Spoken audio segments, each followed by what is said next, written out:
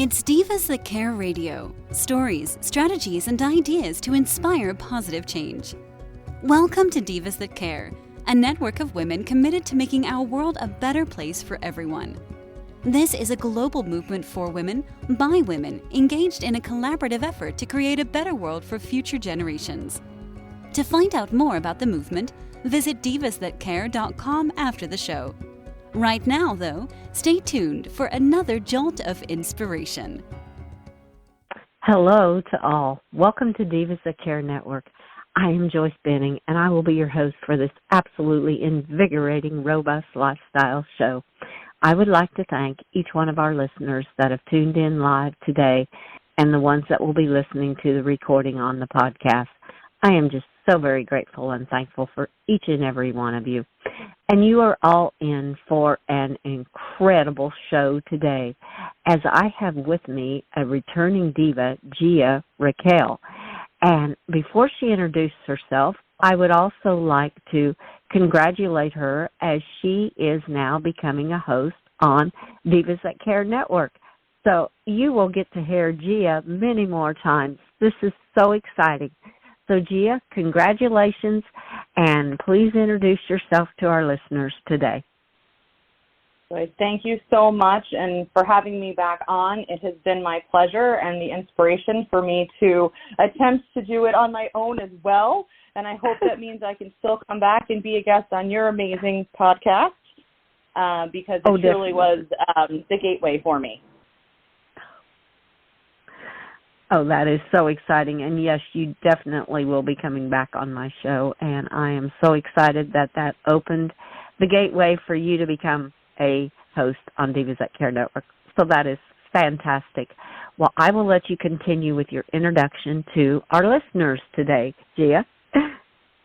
Perfect. Thank you again. So my name is Gia Raquel, owner of Airs Above Yoga, which practices Reiki, yoga, and tailors specifically for the equestrian, but also, as I like to joke around, saying everyone who sits in a chair all day, because there's a lot of stored tension, and really anyone who has come back from an injury due to my nature, and all of our natures as equestrians, we have a tendency to sometimes fall off the horses that we love so much, and that can wreak havoc on our bodies. I've been lucky enough that the havoc has been something to come back from, but it's what inspired me to bring yoga as an element of healing.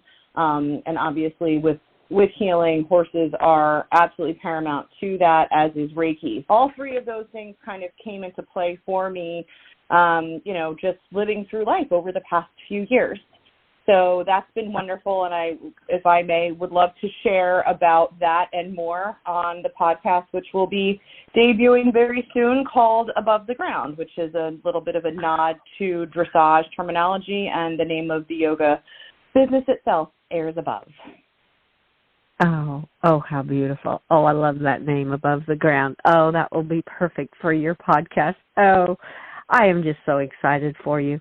And I am so excited for our chat today because your whole introduction of yourself just goes into what we are going to chat about yoga, Reiki, and horses. Oh, my. What a threesome combination we have here.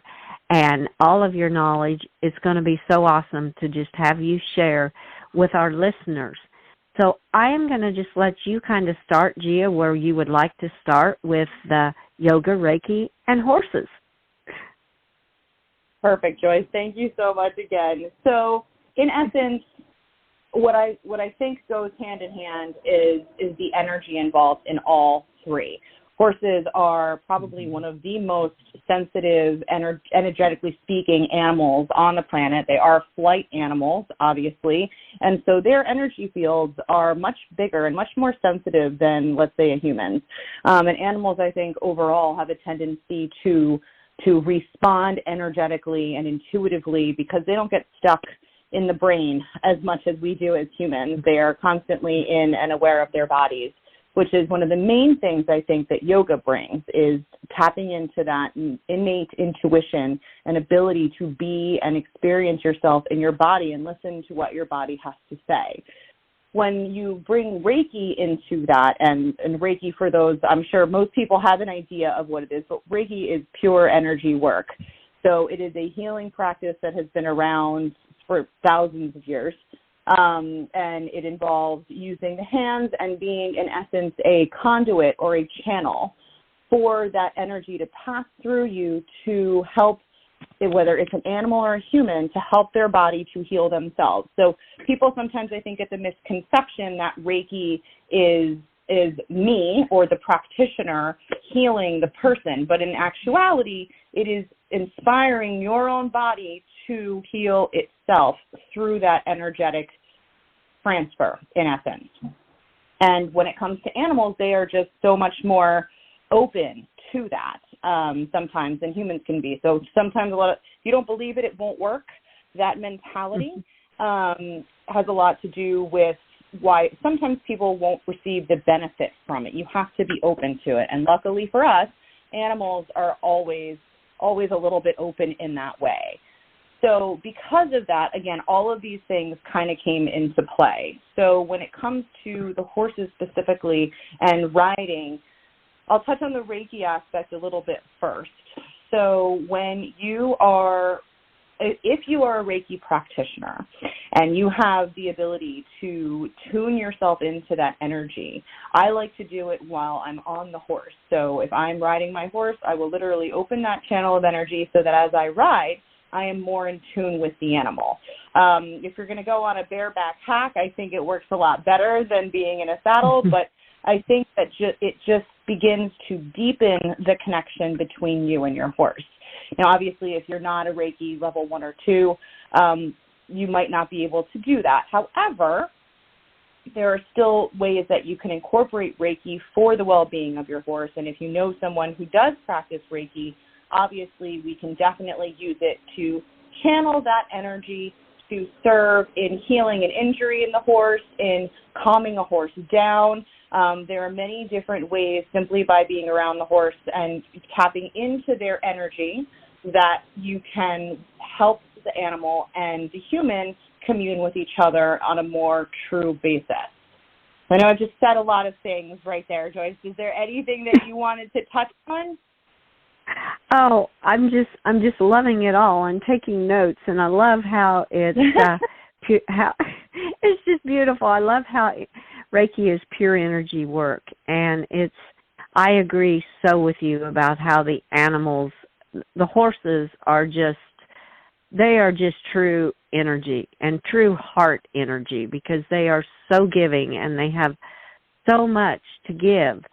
And when you tune into them, it is just amazing. And let alone like with you being Reiki and being able to really get into that energy field. And the animals are so much more receptive. Like you said, the humans sometimes let their mind get in the way and say, oh, I don't know if this will work or something. But the animals don't do that. So to me, that was a great way to be able to explain kind of how the difference is, because humans go to their human mind where animals stay more in their heart-centered mind. And us humans, I feel, need to go more to that heart-centered mind of ours, and what a beautiful world it can be and how we can tap into our intuition and the energy like that. So those were just a couple things I wanted to add. Absolutely. And so similarly for those, because I always want everyone to be accessible to communing more deeply with their animals, and that's what I've been doing with yoga for years before I became a Reiki practitioner. And there's a few ways to go about it. There's obviously the physicality, but one of my favorite things, and I think it was during the prime time of COVID, where I was blessed enough to still be able to be with my horses, and we were just going for a walk, and I did a quick little video on doing a walking meditation as you warm up your horse. And this is one of my favorite things to share with people who are riders, where whether or not they're a yoga practitioner, whether or not they have a meditation practice. If you're familiar with Thich Nhat Hanh, he coined the walking meditation, and it was one of my favorite aspects of my yoga teacher training many moons ago. And so today, it was many moons ago. I think it was 11, 12 years now. But in essence, I like to, and it's kind of, you can do this also as a prep if you are a Reiki practitioner for the energy channeling. But if you haven't gone through that Reiki transition or that initiation, then this is something that is accessible to everyone. And it's really just about being with your animal. So as you're walking with your horse, as you're on a loose rein, bareback or in a saddle, just begin to breathe. And this is one of my favorite things to do with my dogs, with my horses, is use your legs the way you would use your hands and wrap your legs around the horse and try, not necessarily to close your eyes for safety's sake, but try to kind of lower your gaze and begin to synchronize your breath with your horse's breath. And try to, instead of, that's the basis for any meditation practice, is to tap into your breathing and become one with your breathing. So that's kind of as simple as it gets for meditation. And so as you're doing this with your horse, obviously with a horse that you trust, you don't want to do this as you're training a new horse by any means, but if it's your horse, if it's a horse that you have a relationship with, then you want to just start to gently kind of release the grip of your legs on that animal. Try to see if you can allow your legs to ebb and flow with the breath of the horse, and try to synchronize your breath with the horse. Again, loose rein, very, very gentle, and use that quiet time and energy together to really begin to try to kind of sync up your heart rate, sync up your energies, and listen and feel your animal. And I think a lot of times, especially if we're riders that compete, they're very frequently in their head. I recently was just talking to a friend of mine who, said she doesn't breathe when she's riding. I said, honey, you have to breathe. You absolutely have to breathe. And I said, that is the most important thing. And I'm guilty of it too. I have my own trainer yell at me, you're a yoga instructor, breathe. So it happens, right? It happens to all of us. But that is the most important thing, and I think that is the easiest way for someone who doesn't have a practice, a meditation practice, a yoga practice, a breathwork practice. I think that is one of the most basic things that you can do, and you can even do it with your dogs. Sit with your dog, put your hand on their belly, and put your hand on your heart, your hand on their heart, and just start to sync with their breath. Oh, I love that. Oh, what a better way to get connected and just come into that energy field is how I feel it is. You just you synchronize with each other, and the energy just kind of flows when you're doing that, because you're relaxed when you're doing that. When you remember to breathe, and when you're breathing with the animal like that, oh, that is just beautiful. What a perfect little example of something each and every one of us can do with whatever kind of animal we have. Be it a kitty cat, they love to lay on your laps and breathe with them, or the dog, or when you're on your horse, or even walking beside your horse. I can just sit. I do that with mine. I mean, sometimes we just walk, and it's just a energy field that you just really connect with one another when you're really breathing with each other. So that was a great example. I love that, Gia. Thank you. And again, what I love about yoga is its accessibility. And that, to me, that walking meditation, or, sitting on the couch with your dog at night, or your cat, those are things that are accessible for everyone. Is just a very basic point to begin and to develop not only the relationship with your animal, but your relationship with yourself, and tuning into yourself in a way that you can also tune into them, and that they can start to share that energy with you, even if you're not a Reiki practitioner. And as you talked about walking with your horse, I only do this with my horses, so I want to be careful, because you never want to recommend or talk about something that could harm someone.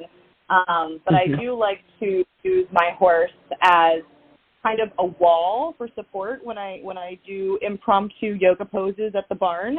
And I think there's a lot of benefit to laying your body on the ground, obviously, on the horse, near the horse, using them as a method. For example, standing next to their belly, inhaling to take your arms up, and then exhaling as you kind of side bend over their belly.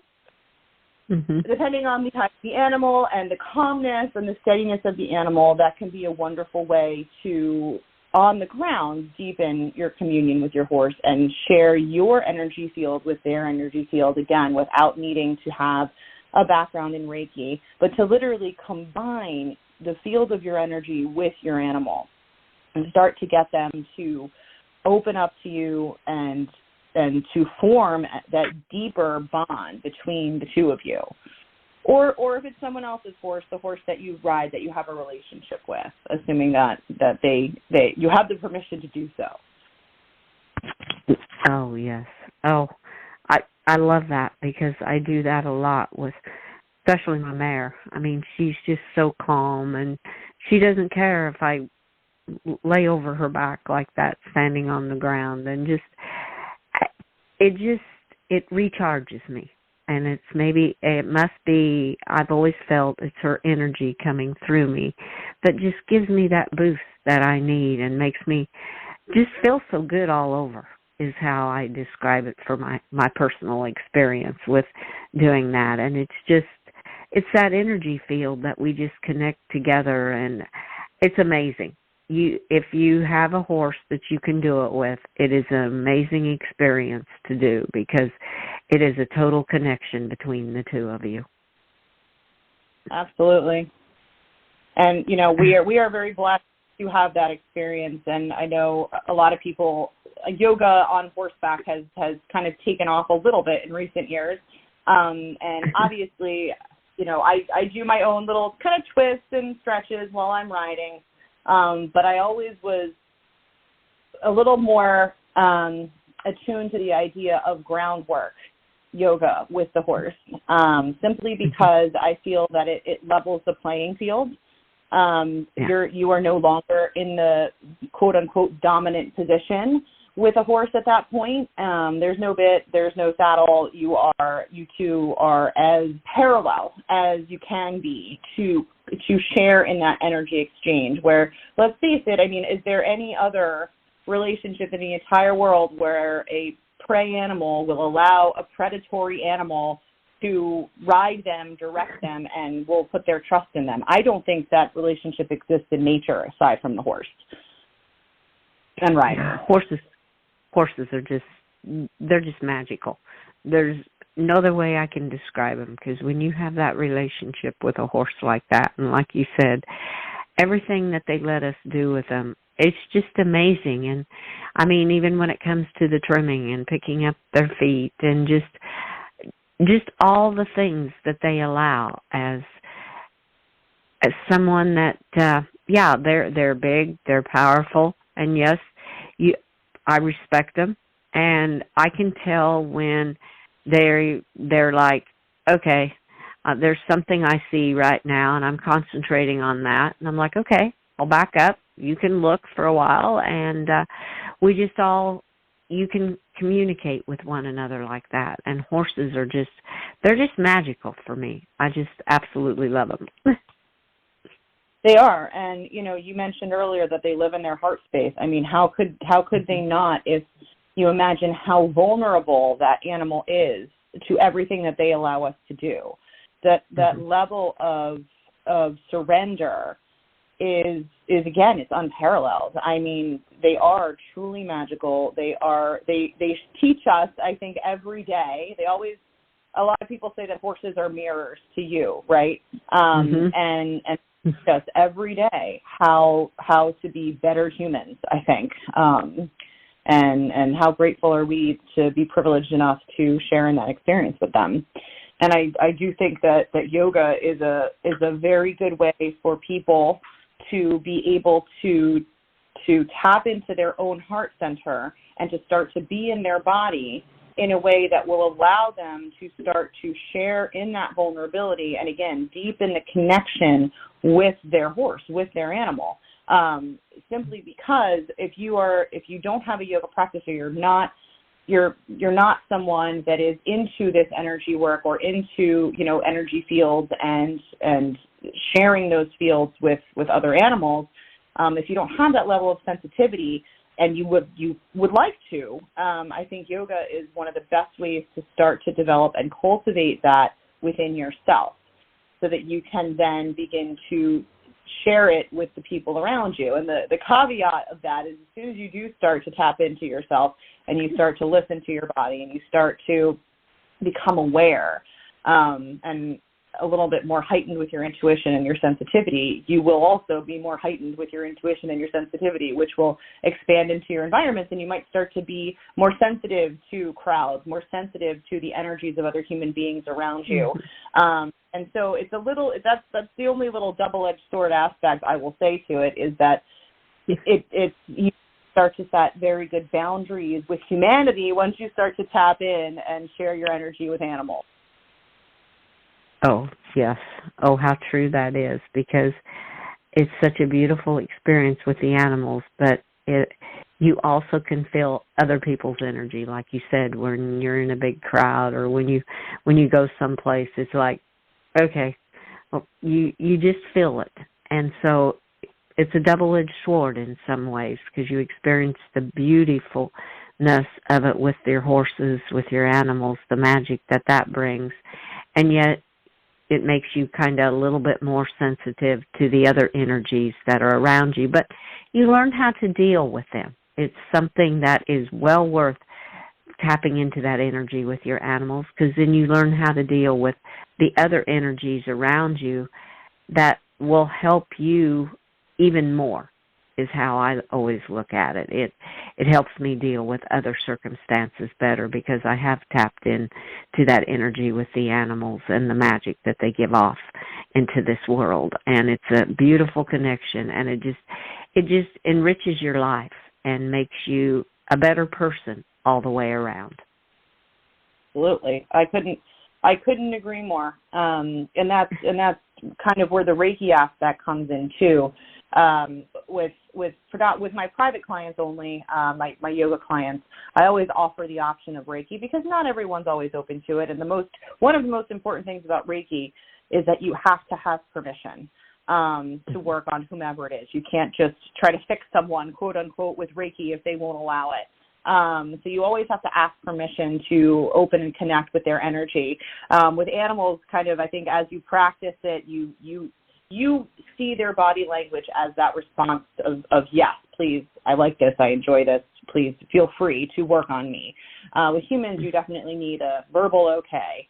But what I like to do at the end of a yoga session is giving them an extra long shavasana, 15, maybe sometimes 20 minutes, and I literally just do a chakra cleansing on their bodies while they're in shavasana. And if I pick up on anything, I'll clear it for them, and just try to stimulate their chakra system so that after this beautiful practice where they've moved through themselves and they've kind of started to open up their entire physical channels with the chakras, then you can kind of truly kind of get in there and just bring that light energy right into them. And I find that a lot of people, when they go for a Reiki session, it's an hour, there are crystals, it's the whole thing. But I find that these little mini sessions incorporated into the yoga practice can really bring a great benefit to those, especially people that ride, especially people who have that little intuition, that development, that communion with animals,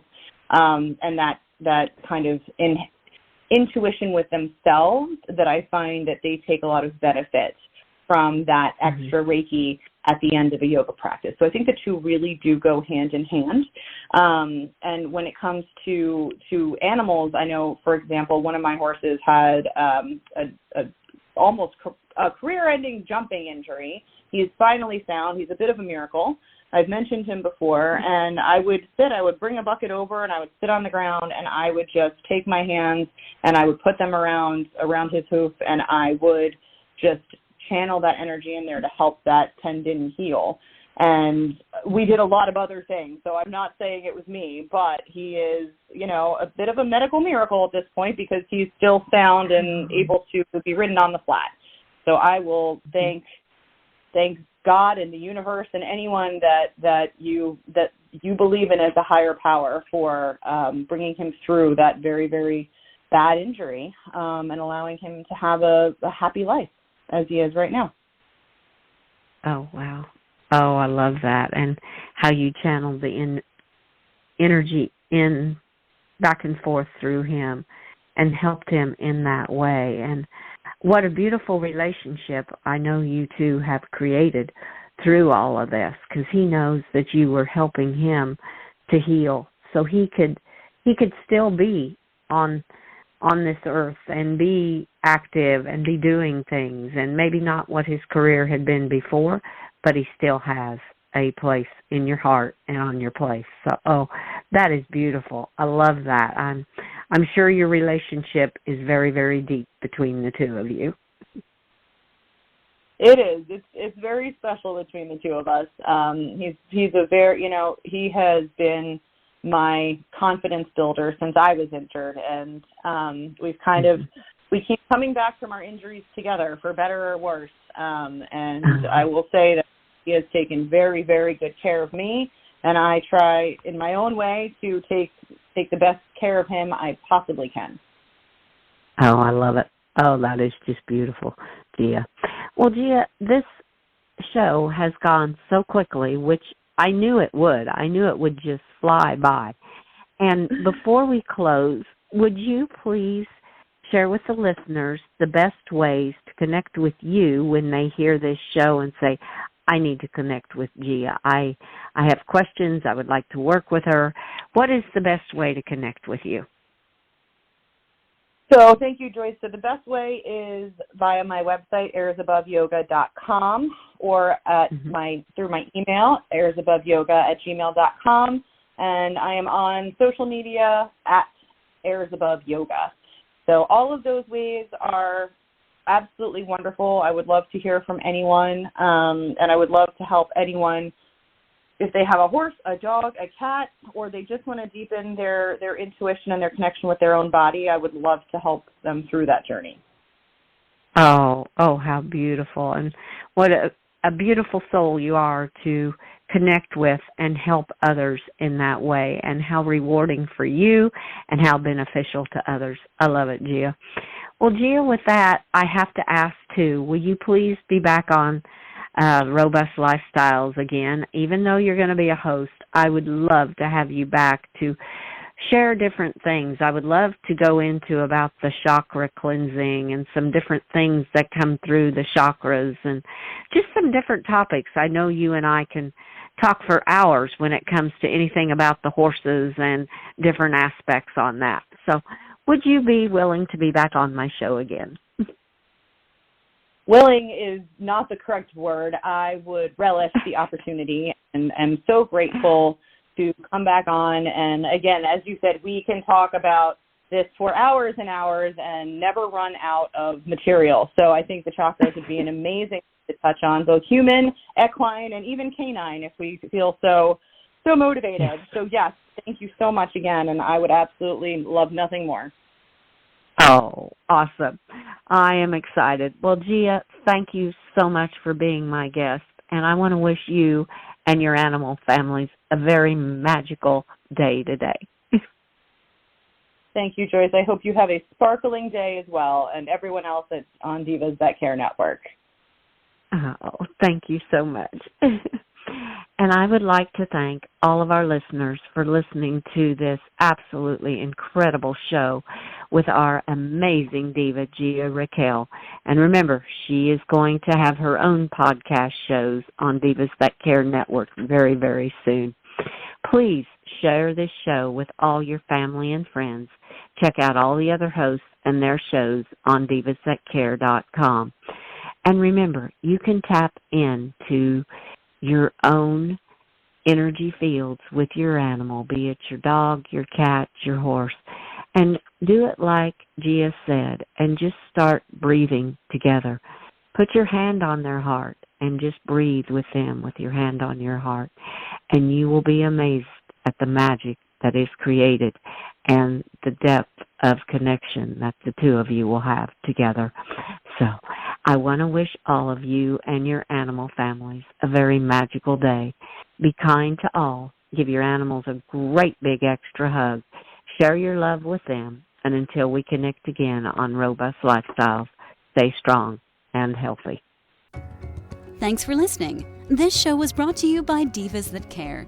Connect with us on Facebook, on Instagram, and of course on divasthatcare.com, where you can subscribe to our newsletter so you don't miss a thing.